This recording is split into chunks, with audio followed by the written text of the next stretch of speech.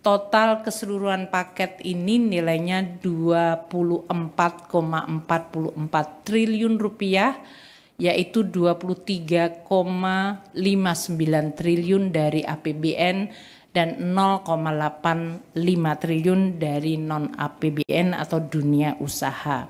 Peningkatan risiko dan perlemahan ekonomi nasional akibat dampak global, maka hari ini Bapak Presiden juga telah memutuskan untuk memberikan sebuah paket stimulus agar pertumbuhan ekonomi dapat dijaga momentumnya dan juga stabilitas perekonomian terus diperkuat. Hari ini telah diputuskan 5 hal yang menjadi paket kebijakan ekonomi dengan target-target dari mereka yang akan mendapatkan manfaat dari paket stimulus tersebut.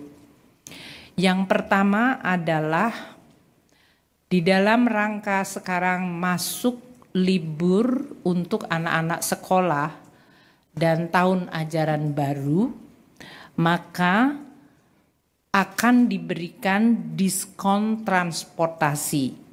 Ini tentu diharapkan dengan kegiatan anak-anak libur sekolah mereka bisa meningkatkan kegiatan ekonomi di dalam negeri dengan melakukan perjalanan di dalam negeri.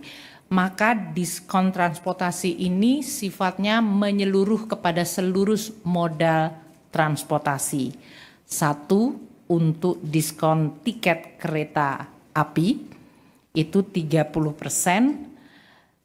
Dengan anggaran 0,3 triliun, diperkirakan akan dinikmati oleh 2,8 juta penumpang kereta api dalam periode Juni dan Juli, yaitu pada saat masa tahun ajaran sedang libur dan diharapkan bisa meningkatkan aktivitas ekonomi dalam negeri. Yang kedua adalah tiket pesawat. Ini yang sudah kita lakukan pada saat Lebaran yang lalu, maka kita melakukan sekali lagi untuk tiket pesawat kelas ekonomi PPN ditanggung pemerintah 6%. Dengan demikian harga tiket pesawat kelas ekonomi diharapkan bisa sedikit menurun. Ini anggarannya sebesar 0,43 triliun rupiah. Yang ketiga adalah moda angkutan laut akan diberikan diskon tiket angkutan laut sebesar 50%. Dalam hal ini akan menggunakan anggaran 0,21 triliun untuk jangka waktu Juni dan Juli. Untuk tiket angkutan laut ini diperkirakan 0,5 juta penumpang. Kalau tadi pesawat terbang kelas ekonomi 6 juta penumpang.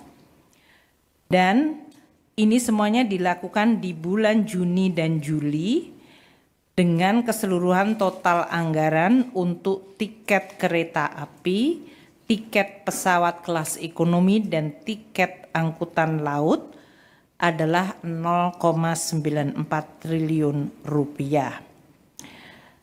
Kemudian yang kedua, pemerintah juga akan melakukan pemberian diskon tarif tol sebesar 20% dari tarif tol. Dalam hal ini untuk bulan Juni dan Juli diperkirakan jumlah pengguna jalan tol mencapai 110 juta pengendara. Untuk ini akan dilakukan melalui operasi non-APBN karena dalam hal ini untuk Kementerian PU akan melakukan atau sudah memberikan surat edaran kepada Badan Usaha Jalan Tol BUJT mengenai kebijakan diskon tarif tol tersebut. Yang ketiga adalah penebalan bantuan sosial. Pemerintah memerlukan untuk memberikan dukungan kepada kelompok paling rentan dan miskin. Nanti Pak Mensos dan Ibu Winnie dari BPS bisa menjelaskan mengenai targetnya.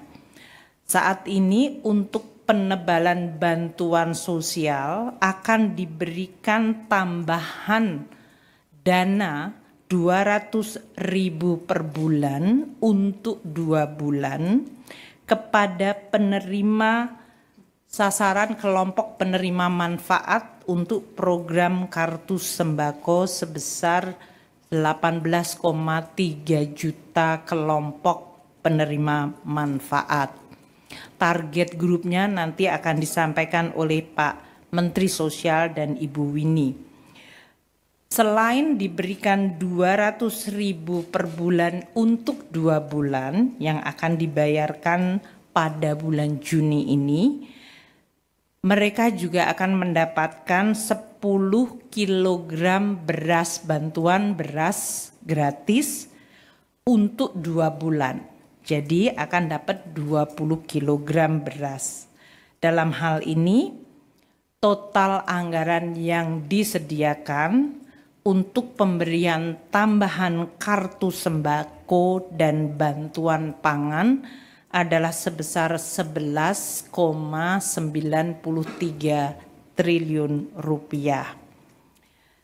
Pemerintah dalam hal ini Kementerian Sosial akan melaksanakan untuk tambahan kartu sembako yaitu 200.000 per bulan dibayarkan bulan Juni. Sedangkan untuk bantuan pangan akan dilaksanakan dengan Bappenas dan Kementerian Pertanian. Pak Menteri Pertanian akan menjaga agar penyaluran beras bisa membantu kelompok paling miskin dan rentan tanpa menyebabkan harga beras turun di tingkat petani. Karena kita selalu harus mencari keseimbangan antara harga beras yang bisa meningkatkan kesejahteraan petani dan harus dijaga nilai tukar petaninya dengan harga beras yang dijangkau oleh masyarakat terutama kelompok miskin perkotaan agar bisa terjangkau. Oleh karena itu untuk bantuan pangan beras ini nanti Pak Menteri Pertanian yang akan menjelaskan baik melalui stabilisasi pasokan harga pangan atau melalui bantuan pangan yang akan ditetapkan pelaksanaannya di bulan Juni dan Juli tanpa mengganggu harga beras yang ada di tingkat petani. Kelompok yang keempat ini ditujukan kepada pekerja dan para guru honorer, yaitu pemberian bantuan subsidi upah PSU kepada 17,3 juta pekerja yang memiliki gaji di bawah 3,5 juta atau di bawah upah minimum provinsi, kabupaten, dan kota. Untuk ini, para pekerja yang terdaftar di BPJS Tenaga Kerja dan nanti Kemenaker yang akan mengimplementasikan program tersebut, yaitu bantuan subsidi upah sebesar Rp300.000 per bulan diberikan untuk bulan Juni dan Juli, jadi 2 bulan 600.000. Penyaluran juga akan diupayakan pada bulan Juni ini. Selain itu, selain kepada pekerja yang memiliki gaji di bawah 3,5 juta rupiah, yaitu 17,3 juta pekerja tersebut, akan diberikan juga bantuan subsidi kepada 565.000 guru honorer, baik itu 288.000 guru di lingkungan Kementerian Dikdasmen maupun 277.000 guru di Kementerian Agama. Guru honorer ini juga akan mendapatkan 300.000 per bulan untuk 2 bulan, yaitu 600.000. Selain untuk pekerja dan guru honorer, di dalam paket kebijakan yang keempat ini juga akan diberikan perpanjangan diskon 50% untuk 2,7 juta pekerja di lingkungan 6 industri padat karya. Ini tujuannya adalah untuk kepada para pekerja di industri padat karya yang mendapatkan tekanan akibat berbagai situasi global dan persaingan ekspor bisa tetap mendapatkan jaminan kehilangan kerja dengan iuran yang hanya dibayarkan 50%-nya saja. Ini tentu anggarannya berasal dari non-APBN. Sementara untuk subsidi upah dan untuk guru honorer akan disediakan anggaran dari APBN sebesar 10,72 triliun rupiah. Itu adalah kelompok stimulus paket yang keempat. Dan yang kelima yang menyangkut diskon iuran jaminan kehilangan kerja. Kami melihat dari 17,3 juta ini per sektor tentu akan terkena pada sektor-sektor formal dan terutama pada pekerja yang upahnya di bawah 3,5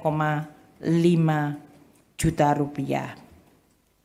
Dengan stimulus ini dan akselerasi program-program pemerintah yang telah saya sampaikan tadi, jadi saya ulang sekali lagi, untuk sembako 11,97 triliun, nomor 3, untuk diskon transportasi 0,94 triliun, bantuan subsidi upah 10,72 triliun, dan perpanjangan JKK untuk diskon 50% 0,2 triliun rupiah selain diskon tarif tol yang akan dilakukan oleh badan usaha 0,65 triliun. Total keseluruhan paket ini nilainya 24,44 triliun rupiah, yaitu 23,59 triliun dari APBN dan 0,85 triliun dari non-APBN atau dunia usaha. Dengan adanya stimulus ini dan berbagai langkah percepatan program pemerintah seperti dalam hal ini makan bergizi gratis, perumahan, koperasi merah putih, sekolah rakyat, maka kita harapkan dan juga rekonstruksi atau perbaikan sekolah-sekolah yang tadi anggarannya sebesar 16 triliun, kita harapkan pada kuartal kedua maka pertumbuhan ekonomi tetap bisa dijaga mendekati 5% dari yang tadinya diperkirakan akan melemah akibat kondisi global. Dengan pertumbuhan yang kita tetap jaga, maka kemiskinan dan pengangguran terbuka juga diharapkan bisa turun lebih cepat. Mungkin itu yang saya ingin sampaikan. Saya ingin sampaikan selain 24 triliun dari paket stimulus ini, 24,44 triliun, seperti diketahui oleh teman-teman media, gaji ke-13 juga kita cairkan bulan Juni ini. Total anggaran sekitar 49,3 triliun termasuk ASN pusat, daerah, TNI, Polri, dan pensiunan. Dengan adanya pencairan gaji 13, paket stimulus 24,44 triliun dan akselerasi program-program pemerintah, maka kita harapkan momentum pertumbuhan bisa terus terjaga. Demikian yang bisa saya sampaikan, dan saya akan memberikan kesempatan kepada Pak Menteri Sosial Bu Winnie atau Pak Menteri Amran untuk menyampaikan beberapa hal untuk program yang akan dilaksanakan Juni-Juli ini. Silakan Bapak. Download Tribun X sekarang, menghadirkan lokal menjadi Indonesia.